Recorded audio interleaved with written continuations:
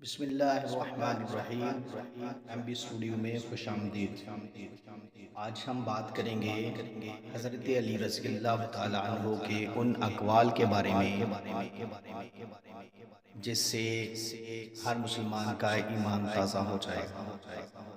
حضرت علی رضی اللہ تعالیٰ عنہ فرماتے ہیں، کسی کے عیب تلاش نہ کرو، کیونکہ جس کا خالق اللہ ہے وہ بے عیب نہیں، تو کم عیب بھی ہو سکتا ہے۔ دوسروں کے عیب تلاش کرنے کی بجائے اپنی صلاح کی طرف توجہ دو۔ جو شخص خود کو پہچان لیتا ہے وہ اپنے رب کو پہچان لیتا ہے۔ جس کا دل نرم ہو اس کی زبان سخت نہیں ہوتی۔ ہر دوست وفادار نہیں ہوتا، ہر دشمن دشمن نہیں ہوتا۔ دل وہ ہے جس میں خدا کا خوف ہو۔ اصل دل وہی ہے جو گناہ سے لرزے اور نیکی کے لیے تڑپے۔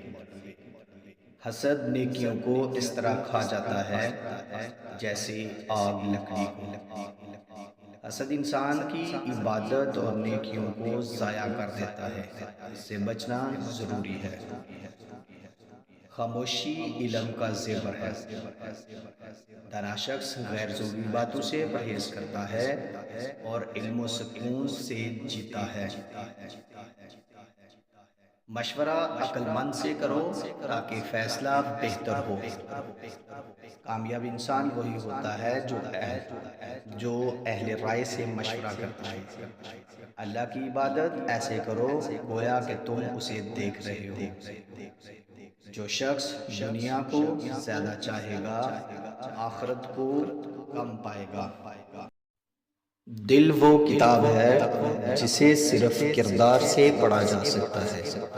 انسان کے اندر کا حال اس کے عمل سے ظاہر ہوتا ہے، لہٰذا ضروری باتوں پر نہیں بلکہ کردار پر دھیان رکھنا چاہیے۔ سچ تلخ ہوتا ہے مگر انجام میٹھا ہوتا ہے۔ سچ بولنے والا شروع میں مخالفت جھیلتا ہے لیکن آخرکار سچ کی جیت ہوتی ہے۔ نیک لوگ کی صحبت اختیار کرو تاکہ تمہارے کردار میں نیک ہو جائے۔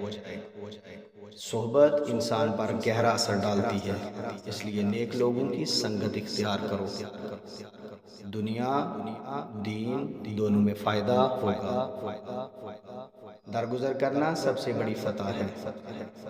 گناہ سے بچنے کے لیے تنہائی اختیار کرو، کیونکہ تنہائی میں انسان کا امتحان ہوتا ہے۔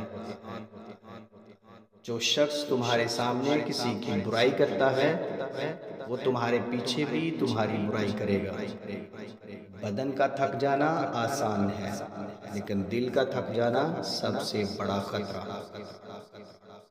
لوگوں کو ان کی باتوں سے نہیں ان کے عمل سے پرکھو۔ علم دولت سے بہتر ہے۔ علم ہمیشہ انسان کے ساتھ رہتا ہے جبکہ دولت عارضی ہوتی ہے۔